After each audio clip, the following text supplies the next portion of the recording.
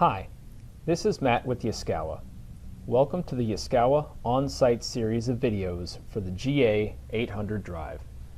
Today I'm going to show you how to view the modified parameters on a GA800 drive.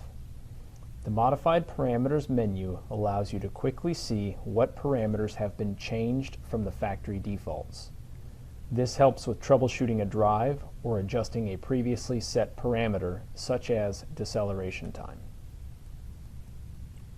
From the initial setup screen, press F2, taking you to the home screen. At the home screen, press F2. The menu screen contains multiple additional menus. Using the arrows, scroll to Modified Parameter/Fault Log. Press Enter. On the next screen, select Modified Parameters and press Enter.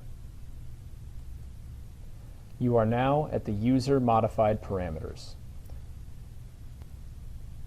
Press Enter and the parameters will be displayed.